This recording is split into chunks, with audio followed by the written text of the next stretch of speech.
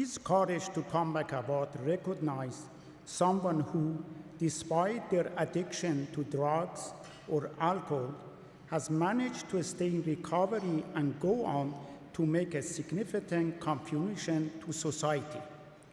This person continue to provide support to those who are less fortunate by using the challenges that impact their life to help others in their own journey. How long was I addicted for? I would say, if you want to take out stretches of being clean and sober, about 38 years. Technically, I shouldn't have a brain for even be able to speak a sentence to you the way it is with the amount of drugs and alcohol I've done. But yet, here I am. First time I had alcohol, I was 10 years old. Went out with my friend and we went to his aunt's place. She actually said, "Oh, I got something that can help you," and she pulled out a bottle of 100 proof Captain Morgan's rum and poured me a shot. So, wow, that felt good. All of a sudden, I didn't feel so bad. And I felt I could take on the world, and it kind of escalated from there. I'd have a bag of glue sniffing it while I was doing a hit of acid, and then we'd walk the streets for 8 hours sniffing glue. And eventually, as I got older, of course, I got into the crack cocaine. After doing cocaine itself, is like with lines and stuff, I ended up meeting my first wife. Yeah, and then we had Candace when I was 20, and Kim when I was 22.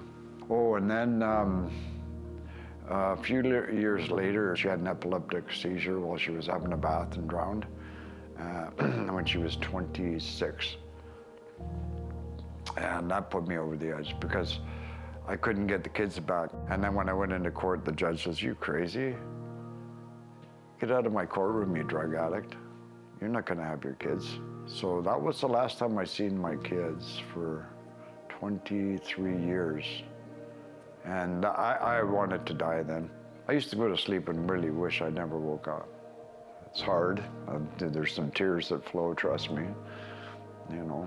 I'm not much of a big crier, but there's times when it comes to my girls where I just like, "But I'm doing good now. Why don't you want to be with me?" One night, I sat on the edge of the bed and I reached over for my crack pipe and something grabbed me and threw me on the ground and I couldn't get up.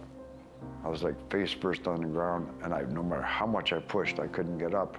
And I thought it was bad drugs or something, or I was gonna die, something was going on. So I started crying my eyes out, like in rivers of tears were pouring out of my face. Never cried like that in my life. But after about 20 minutes of crying, everything went totally quiet, and the voice just said, "John, this is not what I want you to do with your life. Stop." And there was nobody in that room. So I knew that that was God. And so I woke up in the morning, I phoned detox, and then finally one day they said, "Okay, be here at 2 o'clock. And I smoked the crack right up to the door. So when I got to there, I smashed the pipe on the ground and I said, "Okay, God, I don't know why you think I'm worth it, but take me and do whatever you want with me." And that was 15 years ago nearly. I used to be there, right? So same thing, man. Yeah. We do ministry here. One of the things that we discovered when we got married, we love to serve people. We love to be around people. So we go on the street and we give people water. And then if they have opportunity, we have opportunity with them and we engage with them. We can pray with them and sometimes just talk. When I work with people on the streets and we do our ministry and stuff, I'm in another world. I love it. It's hard to get me out of that world. But I can go up to a person and say, "Man, I was there. I went through some of that stuff, man." I'm a big believer that when you're brought through something, that you gotta help other people. I just feel good when I do it. It's just something that is to help out with the meals, when there's the big meals, Easter, Christmas. Just seeing all the people from the street at least have a place to come and sit down, relax, get out of the rain, get something in their tummy. And that's the big thing I do it for, is because some people knew me from the street and they still come in there and eat. And they can see, wow, it's 15 years and he's still clean, And that's what it's about too. Every chance I got to shine a light of hope, I can do it. And if it means pouring some juice, putting some food on the table, or whether it's cleaning the toilets, I'm there for that reason. Because, again, people did it for me. And there's no better feeling than once you do something for someone else. You can't buy that. You can't smoke it. You can't drink it. It's just a feeling that you only get because it's being done from here.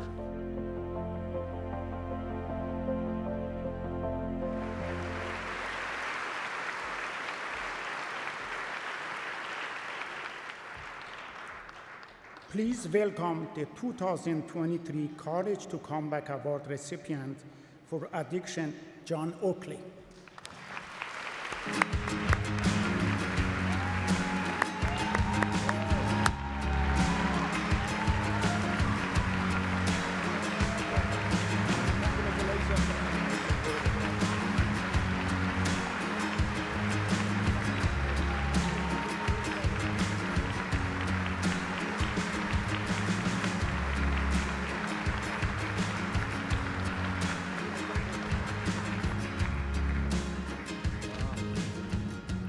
Well, I'd like to start off by saying, wow, this has been quite a night. Far more amazing than I could have ever dreamed of. So as long as I don't read my speech backwards, everything should be okay here. So I would like to start by thanking Coast Mental Health and everybody involved in the hard work that it takes to put this together and handle the nomination process, and for nominating me for this year's award for the addictions category.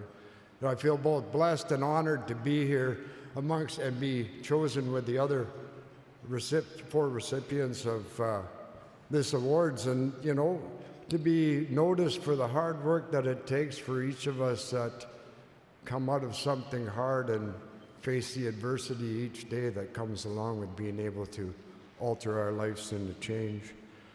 And so, but it doesn't go by itself, eh? It goes with a bit of extra that comes from in here. So to tell you the truth, this award really, as much as my name's on it, it's not for me.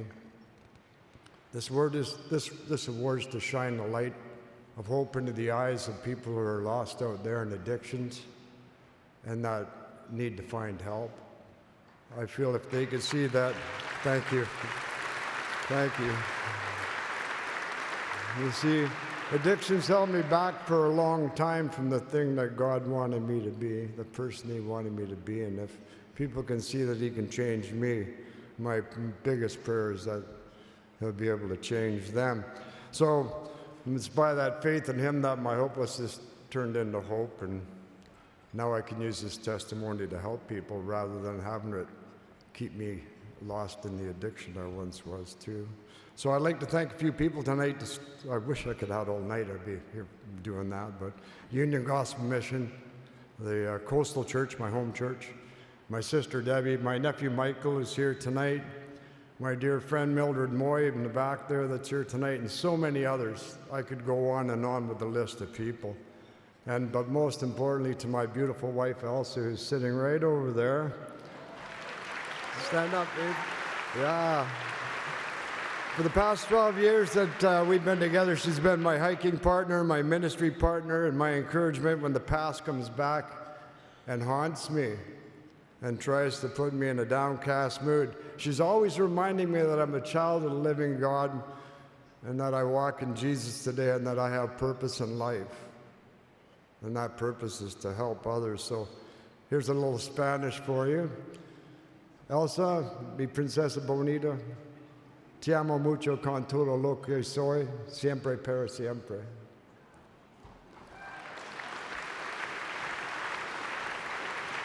And lastly, and most importantly, I'd like to thank my Lord and Savior Jesus Christ for dying on the cross for me so that I could have the opportunity to be up here and live in a life that I could never have dreamed of before. Thanks to Him today, even my worst day is better than my best day ever was when I was in addiction. Okay? So if I could give any advice to anybody out there, because I know this, that's why I wanted to be here, was for the media, so people out there can hear this, right? If any advice I have to give is to reach out for help out there. Build a healthy community of like-minded people that are around you, that are heading in the direction that you want to be going in. And always, always, always call them when you need them. Don't take on recovery on your own. You can't do it. You need community. And when we build community, it's that community that'll help you live a long life in recovery and give you a good future. So I was told I could throw, even though I added some in there by accident, I could throw in one little tidbit because it didn't make it into the video by Kim. So I'm going to say, what's next for this man? Well, my lovely wife and I are leaving in 2 weeks to Puerto Vallarta, Mexico, to pastor a church and continue doing our ministry at full time out there that we do with the homeless and the poor people on the mountains. So keep us in your thoughts and prayers, please. I wouldn't see that one coming when I was in addiction, that's for sure. So in closing, I'd like to thank each and every one of you that are here tonight for coming alongside such an amazing organization like Coast Mental Health, and for supporting us and for cheering us on tonight for this special night. Thank you and God bless.